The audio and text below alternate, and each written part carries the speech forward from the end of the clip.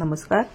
मार्गशीर्ष महिन्यातील महत्त्वाचा दिवस म्हणजे मार्गशीर्ष पौर्णिमा आणि याच दिवशी दत्त जयंती ही साजरी केली जाते. सनातन धर्मात दत्तात्रय जयंती अत्यंत महत्त्वाची मानली जाते. या दिवशी भगवान दत्तात्रयांचा जन्म झाला असे म्हणतात. जाणून घेऊया दत्त जयंती कधी आहे, पूजाविधी, मुहूर्त, महत्त्व आणि मान्यता काय आहे ती. मार्गशीर्ष पौर्णिमेच्या दिवशी मृग नक्षत्रावर सायंकाळी दत्तांचा जन्म झाला. म्हणून या दिवशी दत्तांचा जन्मोत्सव सर्व दत्तक्षेत्रात साजरा केला जातो. असे मानले जाते की जे लोक हे व्रत करतात त्यांच्या सर्व मनोकामना पूर्ण होतात. तसेच भगवान दत्तात्रयांचा आशीर्वाद प्राप्त होतो. गुरुवार हा दत्तात्रयांचा वार मानला जातो. जाणून घेऊयात दत्त जयंती कधी आहे. हिंदू कॅलेंडरनुसार मार्गशीर्ष महिन्याची पौर्णिमा शनिवार 14 डिसेंबर 2024 रोजी दुपारी 4:58 सुरू होणार आहे. तसेच रविवार 15 डिसेंबर 2024 रोजी दुपारी 2:31 संपणार आहे.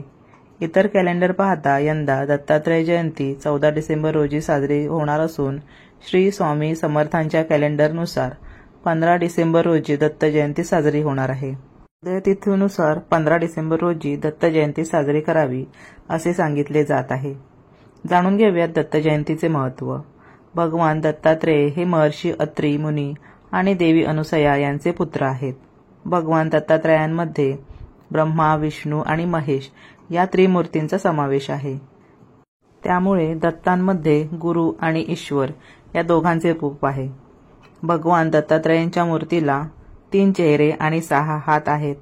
विशेष म्हणजे भगवान दत्तात्रयांचे 24 गुरु होते. त्यामुळे दत्त जयंतीला अतिशय महत्त्व आहे.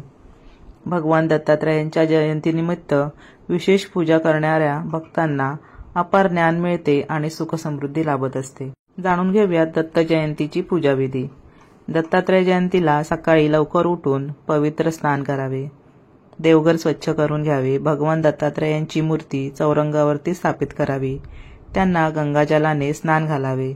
पांढऱ्या चंदनाचा टिळा लावावा. त्यांना फुलांचे हार आणि मिठाई इत्यादी अर्पण करावे. जे भक्त या दिवशी व्रत करतात त्यांनी व्रतकथा अवश्य वाचावी. तसेच शेवटी आरती करावी. या दिवशी चुकूनही तामसिक गोष्टींचा वापर करू नये. पूजेत झालेल्या चुकांसाठी शेवटी क्षमा प्रार्थना करावी. गरजूंना काहीतरी दान वस्तू द्यावी. दत्त जयंतीच्या दिवशी सर्व दत्त मंदिरांमध्ये आकर्षक सजावट करून तसेच पाळणा सजवून मोठ्या उत्साहात भजन कीर्तन केले जाते. महाराष्ट्रातील सर्व श्री स्वामी समर्थांच्या मठात दत्त जयंतीनिमित्त 7 दिवसाचा सप्ताह होतो.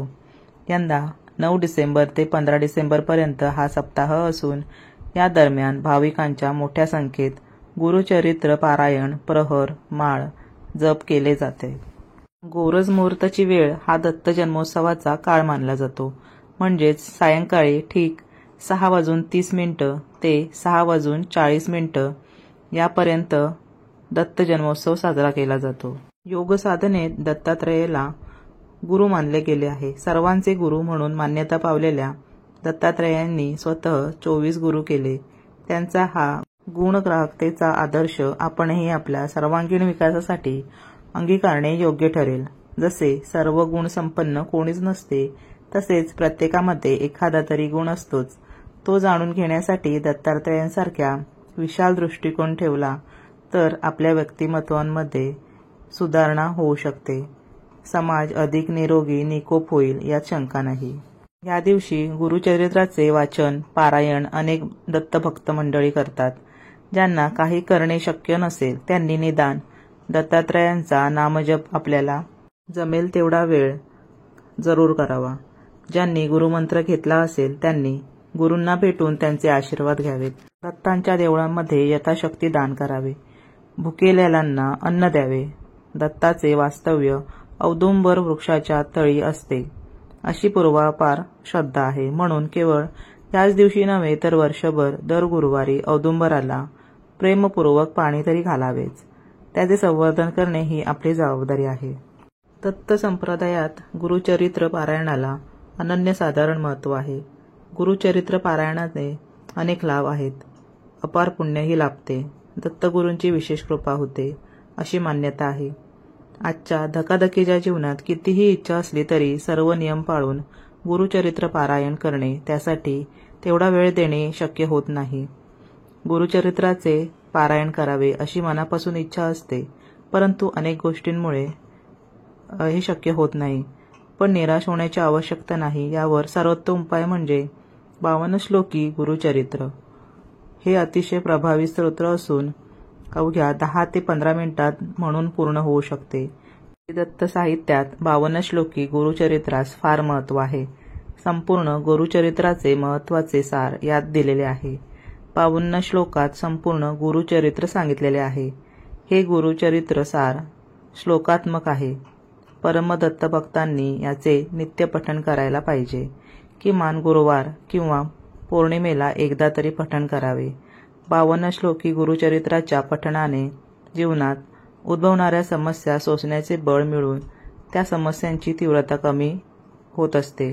तर आजच्या व्हिडिओमध्ये आपण दत्त जयंती कधी आहे, पूजा विधी कसा करावा, मुहूर्त, त्याचे महत्त्व आणि त्याची मान्यता याविषयी माहिती घेतली.